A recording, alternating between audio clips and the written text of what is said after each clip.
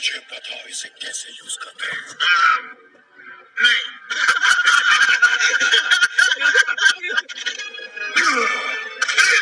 Omnitrix, अब मैं तुम्हारा मालिक हूँ।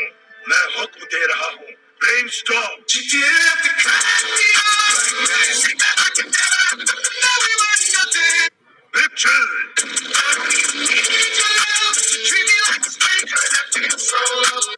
हेलो फ्रेंड्स, और आपकी न्यू वीडियो में। तो आज की वीडियो में हम जानने वाले हैं कुछ ऐसे एलियंस के बारे में जिन्होंने कभी ना कभी किसी एक यूनिवर्स या एक से ज्यादा यूनिवर्स को बचाया हो।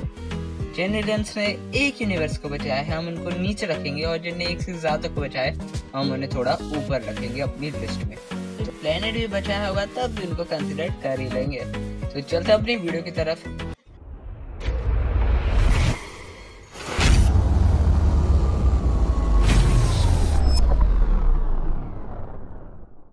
तो दोस्तों, हमारा जो नंबर 5 है वो है गूप।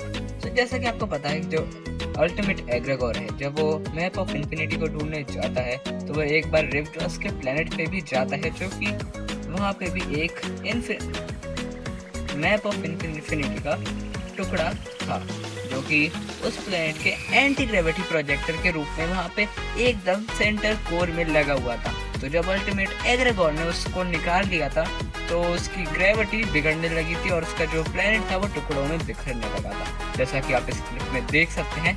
तो तब जो बैन था वो गूप में ट्रांसफॉर्म हुआ था, और ट्रांसफॉर्म होने के बाद जो उसका एंटी ग्रेविटी प्रोजेक्टर है उसको उसने वहाँ पे ग्रेविटी स्टेबलाइजर की तरह यूज किया था, जो कि वहाँ पे काम भी कर गया था और गूप ने उस पूरे प्लेनेट को बचा लिया था।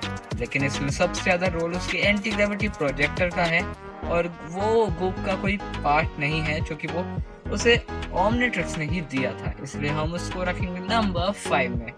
चलते अपने अगले एलियन की तरफ। Number 4, cannon bolt.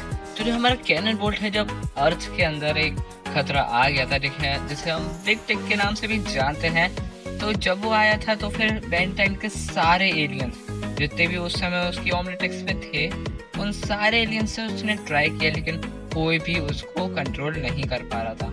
ये जो एलियन था ये किसी भी प्लेनेट को कंट्रोल कर लेता था, और तब तक उसके अंदर रहता था तब तक वो प्लेनेट खत्म ना हो जाए। ऐसा वो अर्थ के साथ भी करने वाला था, लेकिन फिर आ गया बेन 10 का कैनन बोल्ट, क्योंकि उसके बाकी सारी एलियंस कुछ नहीं कर पा रहे थे, इसलिए तब जाके बेन 10 को बनना पड़ा कैनन बोल्ट। और कैनन बोल्ट बनते ही जो वो अंदर घुसता है उस एलियन के, और जो वो जंपिंग चपाक कर करके जो उसको फोड़ता है ना, भाई मजे आ जाते हैं। आप लोगों ने देखा होगा एपिसोड, अगर आप क्लासिक देखते थे तो चलते हैं अपने अगले एलियन की तरफ, एलियन एक्स। दोस्तों, एलियन एक्स जो है वो नंबर 3 पे इसलिए आता है, आप लोग सोच रहे होंगे इसको तो और ऊपर होना चाहिए था। तो हाँ, होना चाहिए था, क्योंकि इसने एक पूरी गैलेक्सी क्या कह रहा हूँ मैं, सॉरी, यूनिवर्स को रिक्रिएट किया था। तो भाई इसी की वजह से वो नंबर 3 पे है, क्योंकि उसने रिक्रिएट किया था, बचाया नहीं था यूनिवर्स को। अगर वो चाहता तो वो टाइम रिवर्स करके वापस यूनिवर्स को बचा सकता था, लेकिन भाई इतनी मेहनत कौन करेगा जब हम पूरी गैलेक्सी जब अपन पूरे यूनिवर्स को दोबारा बना सकते हैं, तो वापस टाइम रिवर्स वगैरह करना क्यों है, इसलिए उसने नई बनाई थी। इसने जितना भी किया वो बहुत होता है भाई।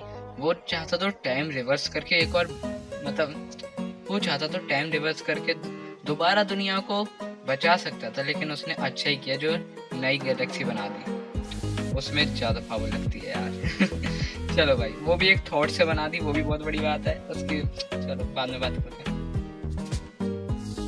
दोस्तों, चलते हैं हमारे अगले एलियन की तरफ। Number 2, feedback. तो फीडबैक ने इतना बड़ा काम किया था ना, मैं आपको बता सकता हूँ, सुनिए।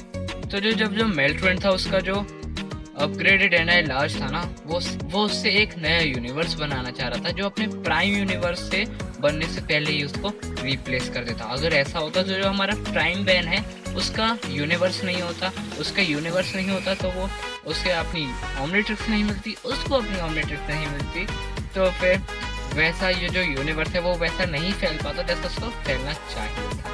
तो जितने भी इवेंट्स तब हुए थे उनमें से जो तीनों बंदर हैं वो इस शिप पे नहीं पहुंच पाते। अगर वो शिप पे नहीं पहुंच पाते तो जो अभी मैंने आपको थोड़ी देर पहले बताया वो भी नहीं हो पाता। तो मतलब ऐसी खिचड़ी बनती ना टाइमलाइन की कि आप उसे खा भी नहीं पाते।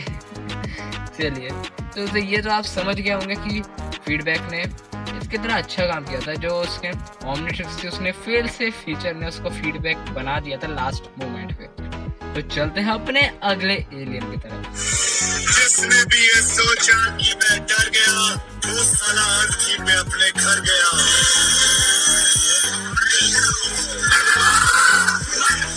तो नंबर 1 क्लॉकवर्क। तो जैसे कि आपको पता होगा कि जो बिल गेट्स था उसके जो क्रोनोसिपियन टाइम बॉम्ब था, उसने उसकी मदद से जब पूरे मल्टीवर्स को इन शॉर्ट खत्म कर दिया था, तब हमारा सिर्फ एक ही बैन बचा हुआ था, जो कि था हमारा नो वॉच बैन।